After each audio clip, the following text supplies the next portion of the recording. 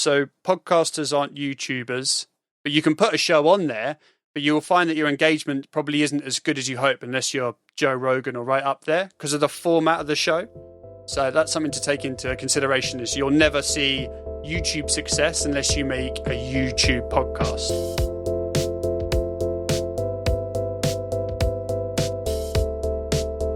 Welcome back to Oh My Pod. My name is Justin J. Moore, and my fiance and co-host is Celine Albertini. On this episode, we interviewed Matt Cheney. He's a podcast and content creation coach with over 17 years of professional experience. He's delivered content for global media platforms, brands, broadcasters, and apps, producing Emmy Award-winning music features, BAFTA, that's BAFTA, nominated animations, and iTunes chart-topping podcasts, among other projects.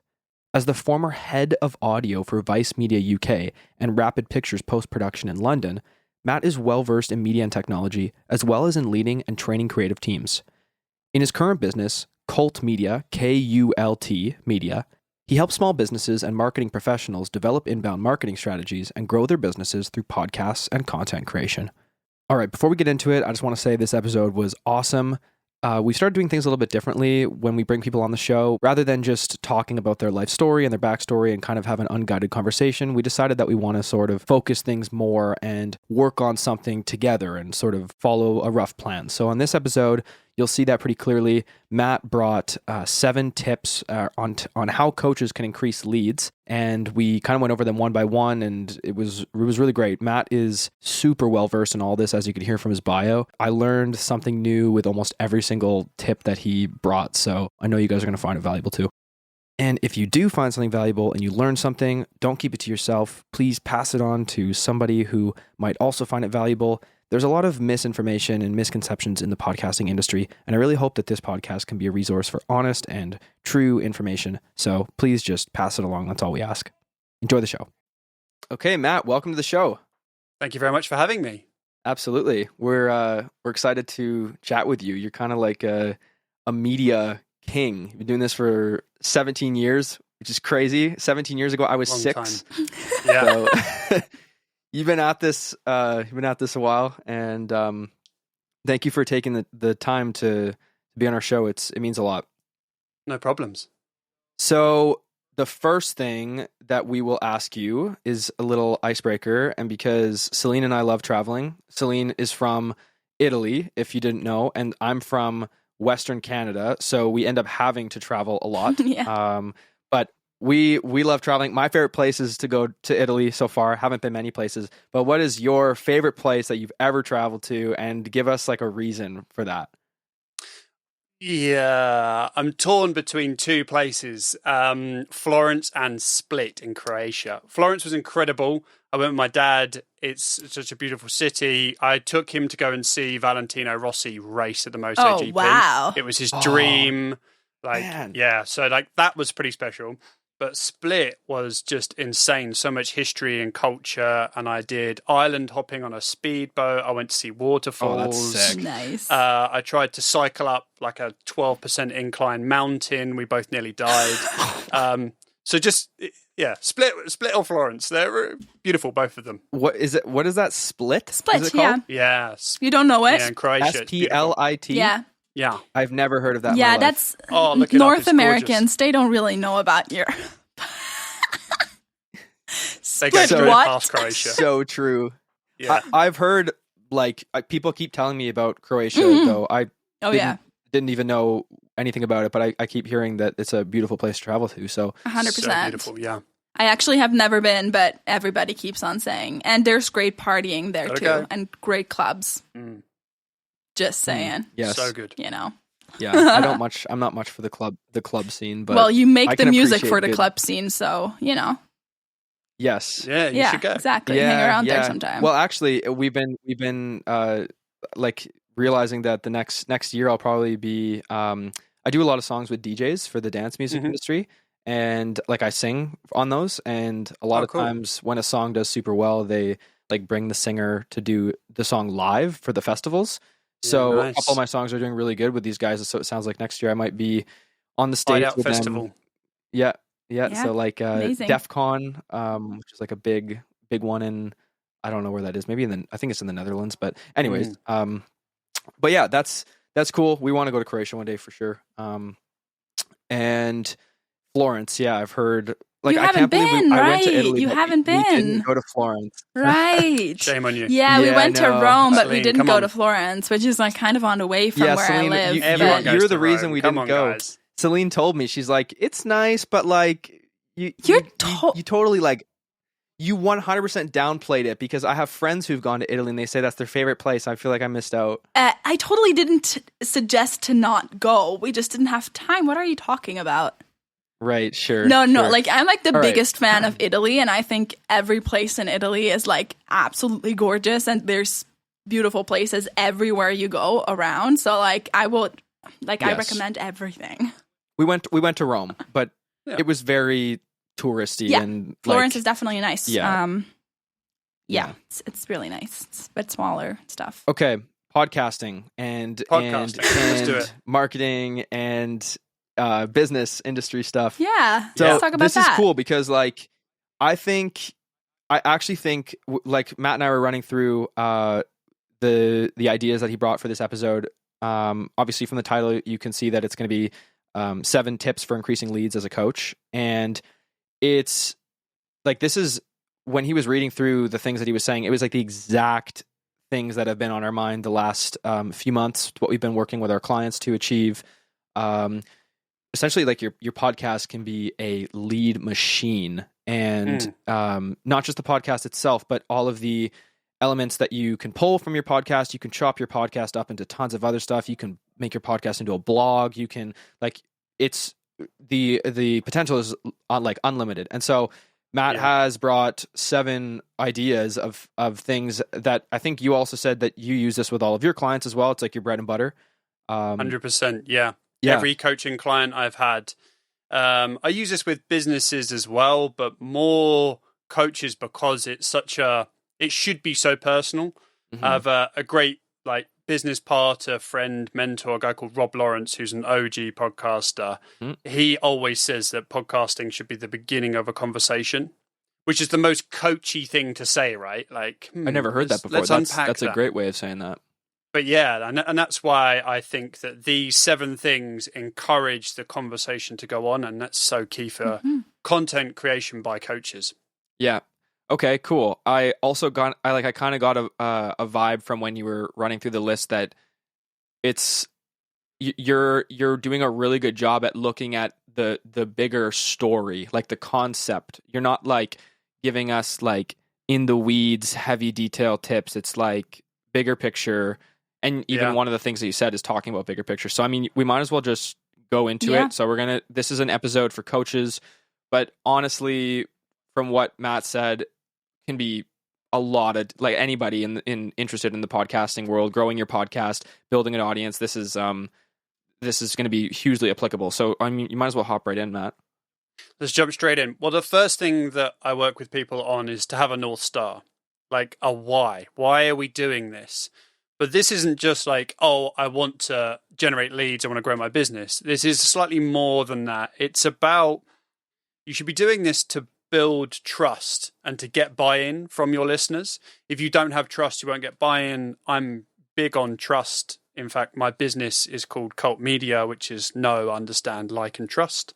Because I overthink everything. Wow. But it also has a double meaning, because if you look at all successful content creators, anyone successful, they also have the 4 key traits of a cult. They have a charismatic leader, devout followers, shared rituals, and belief systems. That is so smart. So yeah, overthinking. That's but yeah, back to sweet. the North Star. Yeah. The North Star is so important. And it's not just about why you're doing the podcast, but why you as the coach are doing this. Mm-hmm. There's so many podcasts out there that could be done by anybody. Yes. It has to be why you, and that's so really important. If you can't nail why you, then there's no buy-in. There's no USP. There's no unique differentiator from any other podcasting coach, whether it be relationships, business, marketing. It doesn't matter, because there's like 5 notes on a keyboard, right? There's only so many ways you can play a song. And some good advice is good advice because it is the best advice at this moment in time. So if you don't have a why you, then your content will just be the same as everyone else's. So Right. that's my first big thing. Do you And that have- can be really hard for people. Yeah, I was going to say, like, do you have a piece of advice as to how somebody can find that, some type of framework that somebody can use to develop their unique selling proposition or whatever? 7 points or less. Tell us your story that's brought you to this moment to make you the coach you are today. Right? We didn't all start. We don't leave. Right. You don't leave college or university and be like, I'm going to be a coach. Most people have had experience or an inflection point in their life that has led them to be in a position to offer guidance, leadership, compassion, empathy. It depends on the coach, right? If you can do that in 7 points or less, a really sharp, concise story as to why you are where you are now and why someone should care. Yeah. Cool.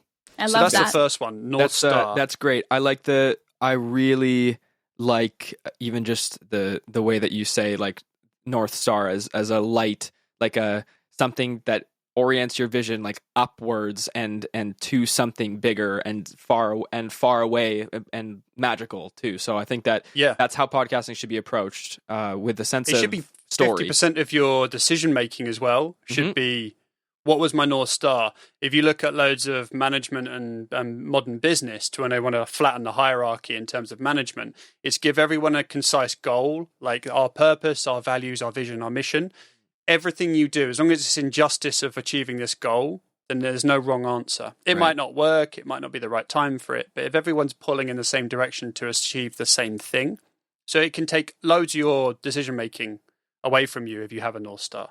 Yeah, very good. The second part of that is your audience. That's the other 50% of your decision making. Why are we doing this and who's it for?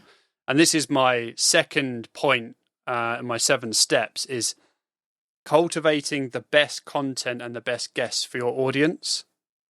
And I remember when I first started podcasting, which would have been late 2015, 2016, there was a thing going around where people would say, go onto Amazon, find your niche, and then look in the upcoming book launches, and you can go organize by due date to be released, and then get in touch with all of those authors, right? And then they want free press. So you can get in touch with all those authors and they'll all come on your podcast.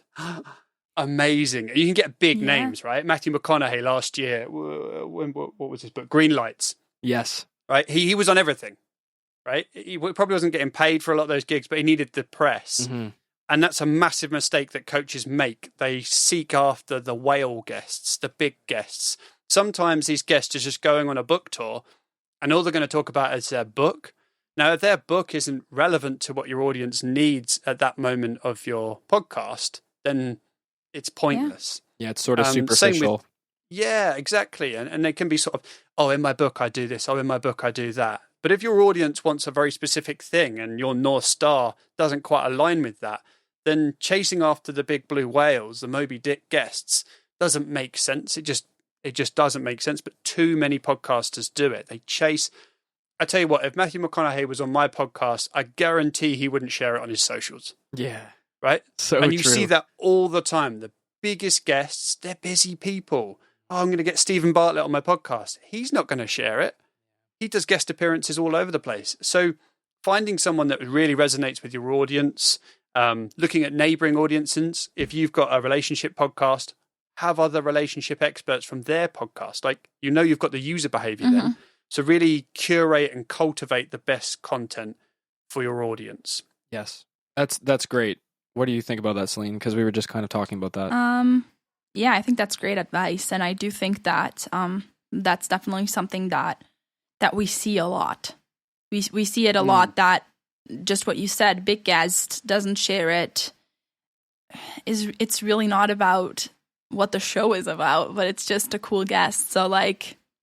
Sort of like a name drop. Yeah, exactly. Yeah. Like that, in my opinion, that might be really disappointing if I was in the audience of a podcast that I really love. That would be really disappointing because you could kind of see through it, right? So, yeah, I definitely agree. And also the whole thing with like having a big guest on your show, it might be a bit of a relief for starting podcasters to hear that they don't actually need, and maybe shouldn't even be shooting for the like biggest of the big people on their show. It may be a relief for them to hear that they can really just look for the people that they all, and I mean, I highly advocate for people that are already in your warm audience somewhere. That can be super warm, like your friends that you have in the industry, or colleague friends sort of stuff, or even just like we were, Matt, like we've just been following each other for a few months, and so we were already like, it wasn't cold. And so No. and you also, like, man, is it ever obvious when there's a cold podcast, like when they're meeting for the first time? Yeah. Obviously, like a VA had scheduled the whole thing for them, done all the outreach. They haven't even sent a message back and forth, and they hop on the show. You can feel that it's, you know what I mean? That it's not like, it's not warm. So that's another reason. Like if you're gonna get a celebrity on your show, like you're not gonna be emailing the celebrity and talking about what you're going to discuss in the episode. Like you're going to get a VA and a form to fill out, and then welcome to the show. Let's talk about you and nothing else but you. You know what I mean? Yeah, and there's two more negatives to that. The first one being, it's a bit like going viral. A lot of people say going viral isn't a good thing, because what it brings is a load of strange audience, like mass strange audience, that then see that viral piece of content, and they only know you for that one thing. So you see it on TikTok a lot. People blow up, and then they're like, "Oh yeah, I don't do this thing in all my content." And people are like, "Do the thing, do the thing." Like, you don't want to be viral. You want that audience to build slowly over time, and for people to engage. Yeah. I mean, I think Justin can definitely speak to that. Yeah, I went massively viral on TikTok, and then get like, you know, like 100 views on, well, no, but like a few thousand views on my original song, and nothing, you know. And then it's like, oh, well, I guess this isn't actually really an audience. It's more just like a group of random people who like clap their hands when you do the dance that they want you to do. Yeah. Not the dance. I was not dancing. I was singing. Singing. Yeah. Well, that's the point. And then the other side of it is, the negative side of things is, imagine if everyone went to the podcast for the guest, right? They wouldn't stay with the podcast. They'd just go guest hunting. Yep. And they'd be like, I'm going to hear Tim Ferriss on this show, this show, this show, this show. Yep. Well, if we go back to point number one, there's a North Star here. Why and why you? You're the thing that's consistent in your show. So really, the guest shouldn't be the leading draw, shouldn't be the magnet that pulls you in. It might be pique your curiosity, but the overall ethos of the show should be the thing that keeps people there. Yeah, I'm a big advocate for that, actually. That. Yeah, totally clip that. I'm an advocate for that because I do think in the end everybody should be here because of us, like Justin and I, right? Like they're here because they like us, because otherwise they just listen to a different podcast about podcasting with a person they like better. Right? So, that's also the reason why sorry. I say you're probably going to say what I was going to say. People should record solo episodes as well, because your audience loves you. So, like, show your face a little bit more sometimes, you know, not just whoever you interview. So, well, that brings me to my third point, which is giving the listener a reason to stick around. And there's something that me and my business partner, James, have been talking about, and I think it came off the back of a Colin Samir comment as well, was I have this thing where I'm like, there's the episode objective and then there's the series objective. If you just have like a big guest on, or you just randomly, sporadically just put stuff out and you're not getting your core messaging across and you don't know why and why you, then what you can find is that there's no buy-in over a whole series, and we want people to come back. So there's this dual narrative system that you want to implement in your content. Yeah. It's your overall objective. Like in my podcast, I'm on a quest to better myself. I've struggled with this thing for years. I've got anger issues. Can I stop being angry? Stick around. I'm going to talk to the world's experts in anger. Will I stop being the angry boy? Right? And every episode, it's about how the guest will help me in that moment to be less angry. But really, we're going to get to the end of the series, and am I going to be less angry? Stick around, watch my highs, watch my lows. So there's these two narratives happening at any one time.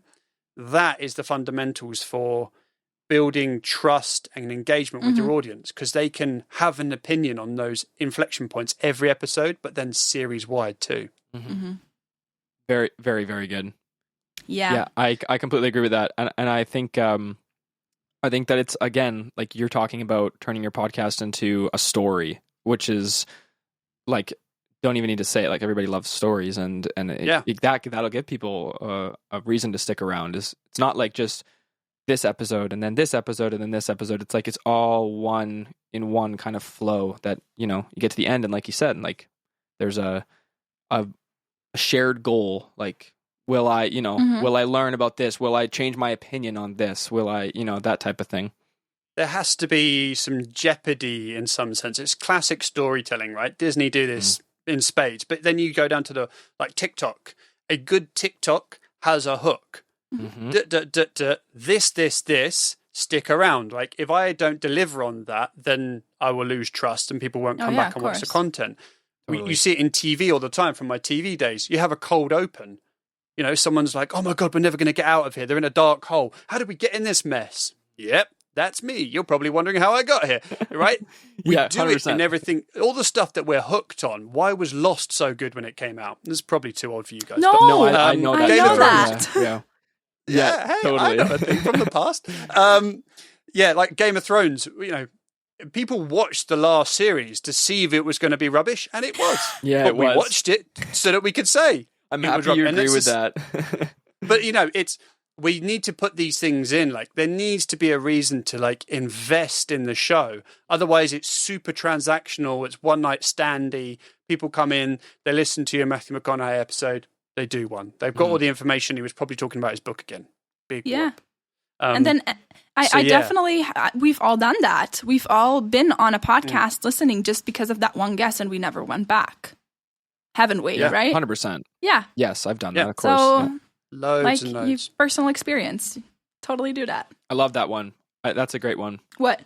Well, talking of personal experience, my fourth strategy is considering the user experience. Right. This is overlooked by loads of podcasters, and especially podcasters that want a raw and unedited and, frankly, lazy podcast, because they kind of feel like everything that was said was on point. But most shows need to have the user in mind, need to have the listener in mind. Right. There's low rate content, talking about the weather or a sidebar or going off piste or becoming political when the show's about technology. Do the very best you can for the listener to curate their experience. Yes. Understanding that you don't have to publish. Okay, you can record an episode. We can record this and we'll get to the end and you'll think, Matt's a complete idiot. I do not want that to go out. He does not represent our brand in the best light. Like, I was thinking the opposite, actually, to be honest, Matt. I was thinking this is because I'm too good. What's happening? Exactly. You're going to actually probably take over as the host at some point here. Oh, sorry. No, don't worry about it. I joke it. But obligated publishing is a massive problem. I see it loads in the US audience. That's loads. Yeah. Don't publish it. If it's not right, if it's not I think about cars. So my girlfriend has a Dacia Duster, Indian Renault thing. It was super cheap. It was brand new. It was $14,000. It is so cheap. And then last year, I was borrowing a brand new AMG Mercedes A-Class, right? Both of them are cars, both of them work. But my expectation of the Mercedes is completely different to the Dacia. I know the Dacia is going to be plastic and cheap and rubbish. And a lot of coaches don't think about what their audio and their content reflects on their brand. If it is low rate and echoey and there's stuff going on and the kids come in mid-interview and if the video is super grainy and stuff, that's all part of a brand experience. I'm not saying that people need studio quality, everything. But if you want your listener to enjoy your content, you have to consider their experience, their time and their listening experience. Yeah. So you got to make it as smooth and as pleasant as possible on the ears and the eyes, essentially. Yeah, I mean, everyone's growing, so it's cool to start a podcast and just record it on your phone, but let your audience know that this is a journey, we're going to get better, please excuse this, acknowledge it, right? I think that's a big part of society these days, is you can just hold your hands up and be like, I'm working on it, guys. Bear with me. Yeah. And if people buy into you and your thing, Yeah, it can be part of the story that fun. you're telling. Mm-hmm. Yeah. 100%. I love this one, actually. This one is my favorite because if I think about so many like podcasts or TV shows, movies, like just be what you said you were and don't make it political. Just leave me alone. Yeah. I want to relax. I don't want to have it to do with politics at all, you know? Yeah. But nowadays, that's a big problem. It's sort of like an ambush. Yeah, like every time it's just politics. And I'm like, gosh, really? Again? Like, I just wanted to relax. Yeah. So that's just all part of not just the production elements of lining it up with what is most pleasant for the user, but also the content that you are like for instance, the nice thing that I have started doing, and Matt, you understood it like before I even said anything, but I've started coming up with a little plan with the guests before actually bringing them on, rather than just talking about the guest's life story the whole time. You know what I mean? Because while that is cool when you have a show that's designed to dig into people's life stories, and that's what the audience has come accustomed to, when you have a podcasting like a podcast about marketing and podcasting and all that stuff, you're not digging into people's life stories and into their backstories and all that. Your listener is here for a purpose, and so like what we did, we just decided, okay, you know what? Let's talk about what we want to talk about, but let's gear the episode around something that we know is going to be valuable for the end experience. And one, I find that makes the episode much more relaxing because there's a plan to move forward together.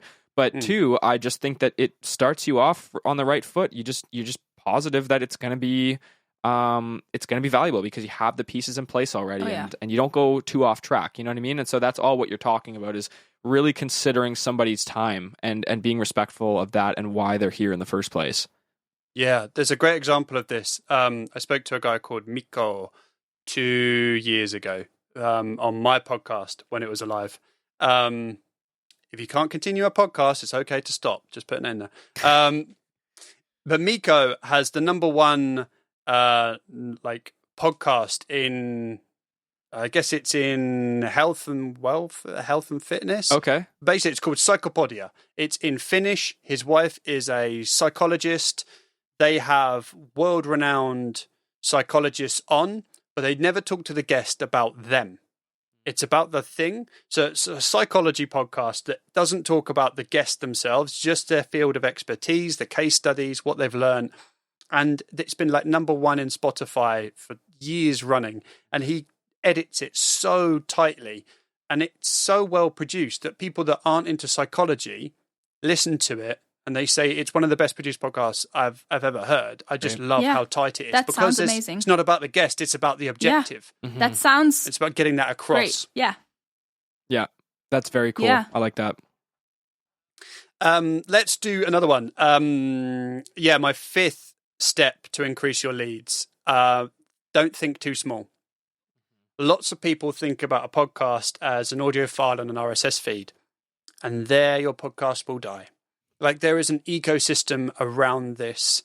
Someone said to me, do I need to do video or can I just get away with audio only for my podcast? And I said, if you do audio only for your podcast, it will die. Yeah. That's what if I've been saying. If you do audio and video for your podcast alone, it will die. Mm-hmm. You can't do just those mediums. Can you have an audio only podcast and succeed? 100% yes. I've proven it. 100%. However, you can't have an audio only podcast without social media presence, without an email marketing strategy, without some PR and press, especially if it is audio only. You need to drive people there. Yeah. You need a 360 strategy. You need a website. You need relevant calls to action. You probably need an opt-in. You probably need to look at how people engage with you. Maybe a competition, maybe a giveaway, maybe a listener inbox. Yeah. All very much doable. Audio only is not dead. Radio is not dead. Therefore, the audio only podcast is not dead. But you cannot just upload it and then post once on Facebook, hey, new episode out. No one cares your new episode's out. Exactly. Like, tell them why. Think big. One Fine Play, we have been looking at sort of promoting the idea of what's this look like as a live event? Mm-hmm. if you can't tell me what this looks like as a live event, then you're thinking too small. What would you need to do to get a load of people to buy a ticket? And people go, oh, yeah. It's exactly the same for listening to your podcast. You have to go out. I bet you've seen the guys from India and Bangladesh and the Philippines that offered to promote your podcast, right? Yeah, of course.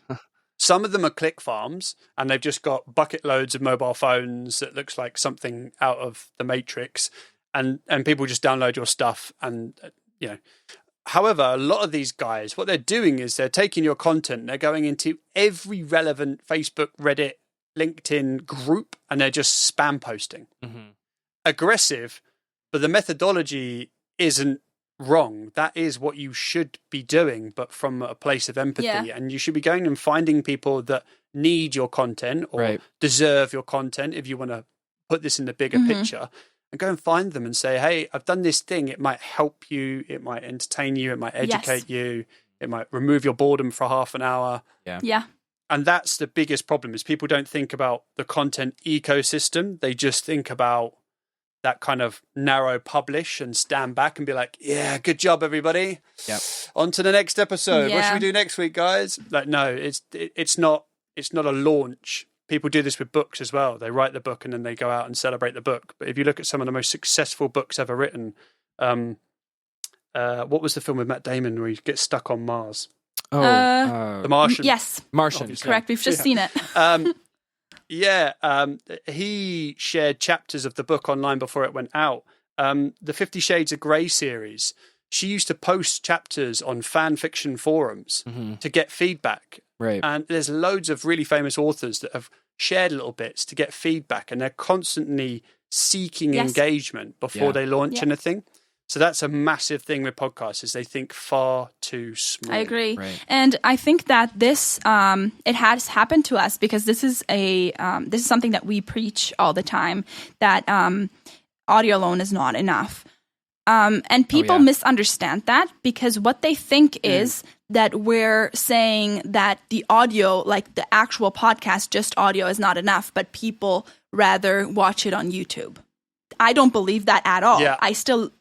Well, audio is the most accessible, right? You can do multiple things. You shouldn't be driving and watching YouTube. You shouldn't be walking the dog and YouTube. Exactly. You can't wash the dishes on YouTube. So it is super accessible. And I have seen data that shows that YouTube content creators that start a podcast get better engagement than podcast creators that start a YouTube channel. And it's because of how they construct the show. So podcasters aren't YouTubers, but you can put a show on there, but you'll find that your engagement probably isn't as good as you hope unless you're Joe Rogan or right up there, because of the format of the show. So that's something to take into consideration, is you'll never see YouTube success unless you make a YouTube podcast. And but then you need the video. Like you said, you need the video for everything. Like, how can you not? For sure. The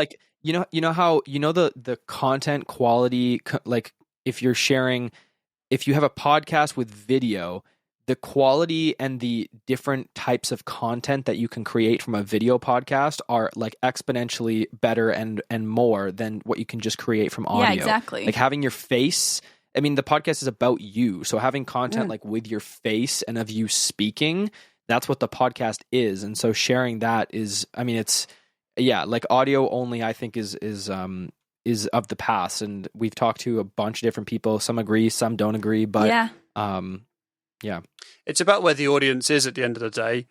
If you're a coach and you specialize in X thing, and there's no one on TikTok, and they're not on Instagram, and they're not on Facebook, well, where's my audience then? Because not everyone's on social media, and especially if you're a coach. There's some data that came out from Lower Street. Harry Morton from Lower Street did a study, and they were talking about business leaders, and loads of the C-suite, any business leaders, they consume their information from podcasts, and that's great that we're seeing that. But if you're a coach and someone needs your support, they might not be on Facebook.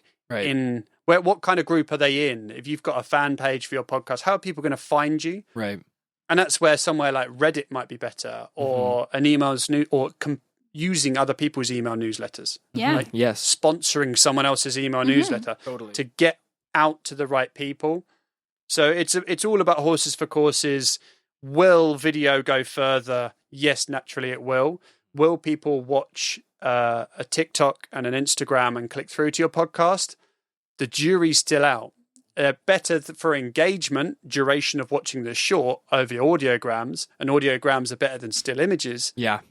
But that's to do with the user behavior. Like I can scroll, a still image isn't going to go anywhere. So there's nothing to pull my eye. Then an audiogram with a waveform, that moves a little bit. I'll move past that. And then you've got a video with someone's eyeballs. It's the eyeballs that are the key thing. 100%. And I'll watch the eyeballs. Yeah. And then if there's no captions, I'll probably scroll past because I might be on the bus and stuff like that. So exactly. It will not guarantee success. If your content's poo, the video's just going to be poo video. Yeah. Exactly. That's perfect.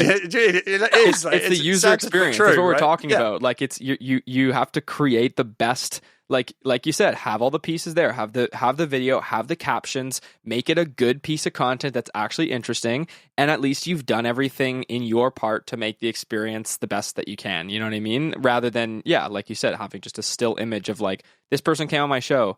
Okay. Great. Cool. Thank awesome. you. Yeah. They exist. Cool. Yeah. Great.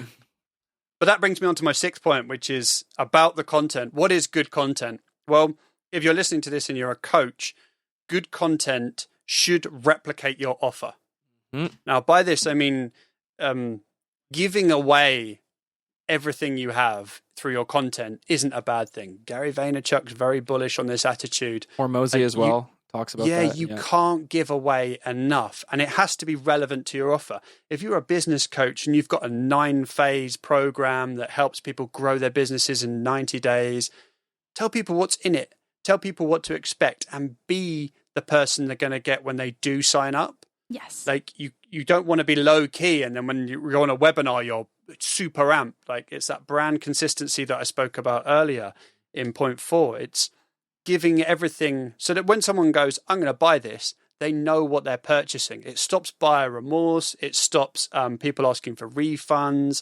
You also get on like a house on fire from the get-go because you've had the relevant content and people expect you. If you swear, you swear. If you over the top, you're over the top.